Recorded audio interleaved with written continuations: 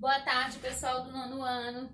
Muitas saudades de vocês, né? Sempre. Então, vamos começar a nossa segunda aula remota. Lembrem-se sempre de ficar em casa, só sair se necessário e usando máscaras. Eu vou começar a nossa aula de hoje com a correção da atividade que eu passei na outra aula. Em relação às atividades, a maioria mandou para mim e fiquem bastante atentos, porque atividades que vocês fazem e mandam para mim é a frequência de vocês. Aluno que não faz atividade vai ficar com falta. Se tiver algum problema para não fazer no mesmo dia, não tá com internet, não conseguiu, entre em contato comigo no PV e a gente resolve, mas não pode ficar sem fazer, tá bom? Então vamos lá. A primeira questão da nossa atividade dizia assim: qual o significado da palavra átomo e por que esse significado não está de acordo com o que sabemos sobre o átomo hoje em dia? O significado seria átomo, significar não e tomo parte, então é algo que não parte, então não se parte, não se divide. E não está de acordo com o que nós sabemos hoje, porque hoje em dia sabemos que o átomo se divide sim, e é o assunto que nós vamos falar daqui a pouco. Segunda questão: quais os nomes das três partes constituintes do átomo? As três partes que formam o átomo são prótons, nêutrons e elétrons. Terceira questão: relacione os modelos atômicos ao seu idealizador, ou seja, ao seu criador. Letra A, modelo da bola de bilhar. Então, quem criou esse modelo foi o Dalton, certo? Letra B, modelo do pudim de passas, foi o Thomson. E letra C, modelo do sistema solar, foi o Rutherford. Então, a sequência correta ficaria A, C, B. Quarta questão: a contribuição de Niels Bohr no modelo atômico, qual foi a contribuição de Niels Bohr no modelo atômico de Rutherford? Então, ele contribuiu criando as camadas estacionárias de energia, que são K, L, M, N, O, P e Q, tá certo? Quinta questão: defina os seguintes modelos atômicos. O modelo atômico de Dalton é o modelo, ele imaginava o átomo como uma esfera maciça, indivisível e indestrutível. Ficou conhecido como modelo da bola de bilhar. Modelo atômico de Thomson. Para Thomson, o átomo era uma grande massa positiva e nessa massa positiva tinha as cargas elétricas incrustadas nele, que seriam os elétrons, que ficou conhecido como modelo do sistema solar.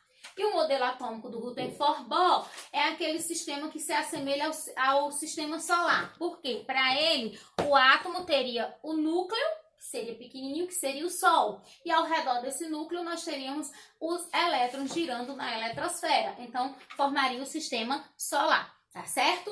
Correção feita.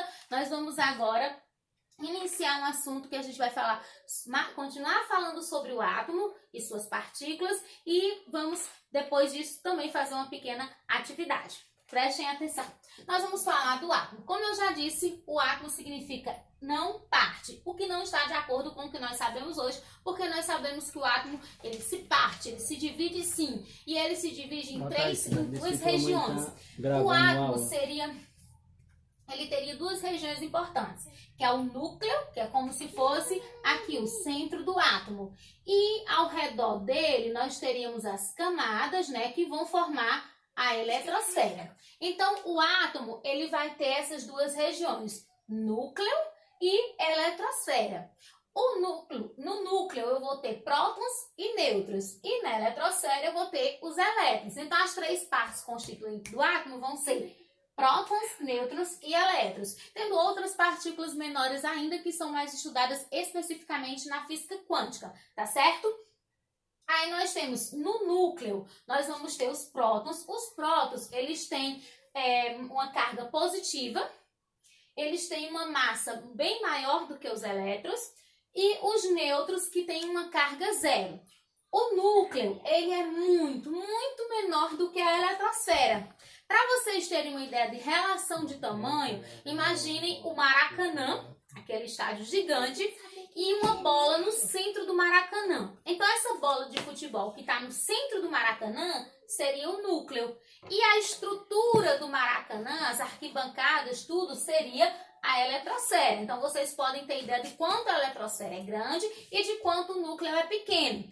Mas, mesmo o núcleo sendo pequeno, a maior massa, ou seja, a parte mais pesada, digamos assim, que o termo peso não é correto, mas a maior massa que nós temos no átomo vai estar presente no núcleo. Por que isso? Porque o próton tem uma quantidade de massa muito maior do que os elétrons, tá certo? Então, no núcleo eu vou ter prótons, que tem carga positiva, e nêutrons, que tem carga zero.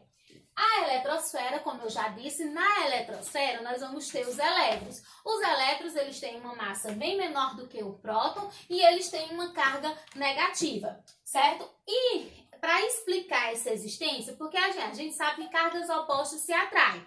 Então, o que a gente imaginaria era que os elétrons fossem, como são negativos, fossem girando para chegar no núcleo e o átomo acabaria, deixaria de existir.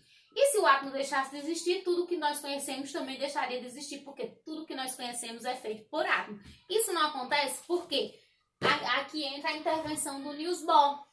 O Niels Bohr, ele criou as camadas estacionárias de energia. O que foi que o Niels Bohr fez? Ele concluiu que esses elétrons que estão aqui na eletrosfera, girando em torno, aqui seria o positivo, que seria os núcleos, e aqui seriam os elétrons negativos, ó.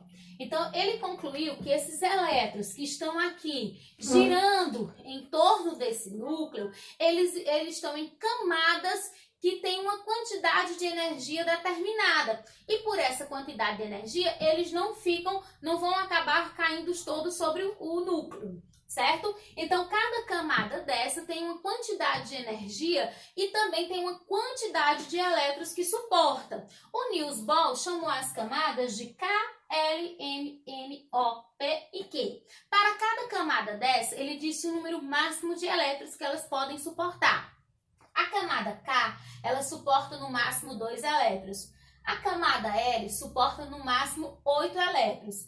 A camada M, 18. A camada N, 32. E a camada O, 32. A camada P, 18. E a camada Q, 8. Então, cada uma dessas camadas tem um número máximo de elétrons que pode suportar e a gente concluiu o que também? Que é mais fácil eu tirar um elétron aqui da camada mais externa do que um que está mais aqui internamente, porque o nível de energia aqui é maior, certo?